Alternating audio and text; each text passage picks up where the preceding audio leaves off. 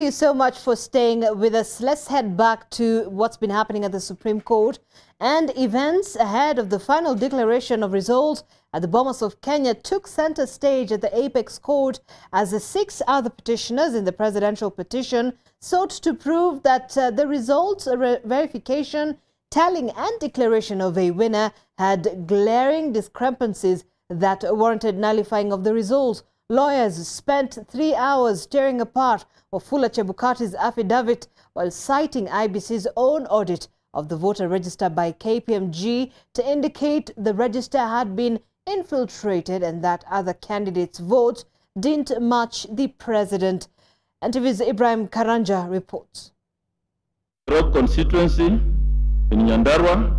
The IEBC's failure to carry out verification, tallying and declaration of results in compliance with Articles 138(3)(c) and 138(10) of the Constitution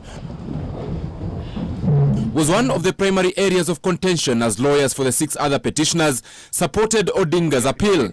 Lawyers for the other petitioners used Chebukati's admissions on his own affidavit to show that the final declaration was flawed. The commissioners and I had a meeting to be briefed on the final results by the Commission Secretary, stroke CEO, an alternate leader of the Tally Center.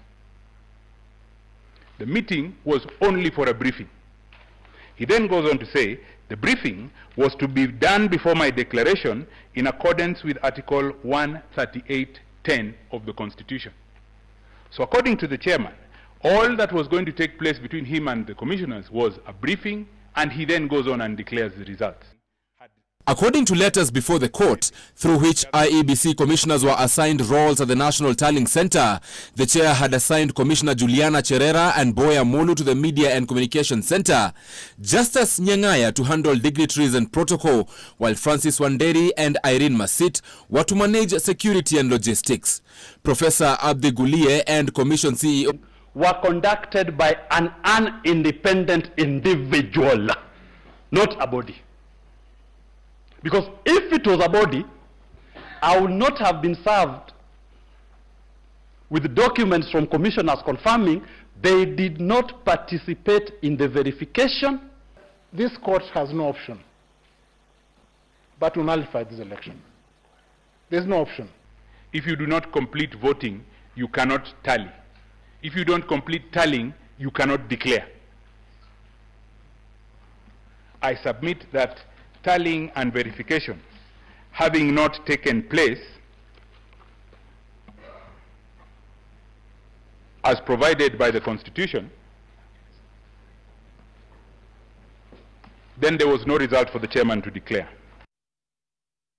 The IEBC's independent audit of the voter register through the audit firm KPMG was also used before the judges. By roping in the report, the petitioners sought to prove that the electronic register was manipulated. According to the report released a few weeks before the election, 481,711 persons who were not supposed to be on the register were discovered to be in.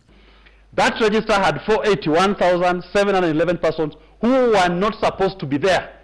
Duplicates. Several entries. The margin of victory by which William Ruto passes 50% plus 1 is less than 70,000 within this margin. The margin of victory by which is declared more than Raila Odinga, 200,000, again less than this. So the universe of the elections was already compromised ab initio. They further argue that the IEBC's independent report revealed 14 non-recognized returning officers had access to the system and that the IEBC was reluctant to clear the register. The other questions that the petitioners sought to prove were whether the election was constitutional and whether the irregularities raised would affect the final tally. The diaspora vote, which made for an extra 291st constituency, used to lay grounds for their argument. Yes, they may have their rights under Article 38 to vote. But the question is it a constituency within the meaning of the law? We submit that to the extent that individuals not confined to Article 89 of the Constitution, to the extent that the elections of an extra constituency not defined under Article 97 took place during that particular time, that contaminated the election. With the court expected to determine whether the total number of votes cast for presidential candidates tallied with those of other candidates and whether Ruto attained the requisite 50% plus one vote to win, they submitted that the calculations were designed to work backwards. Form 34C are cooked. You cannot have both of them in the same document. And this court should not allow that document to stand at all. With a huge chunk of the mountains of evidence used by the petitioners taken from the acts of omission or commission by the IEBC, all eyes will now be on their legal team to see how they will dismantle the evidence presented today in their presentations tomorrow. Ibrahim Karanja, NTV from the Supreme Court of Kenya in Nairobi.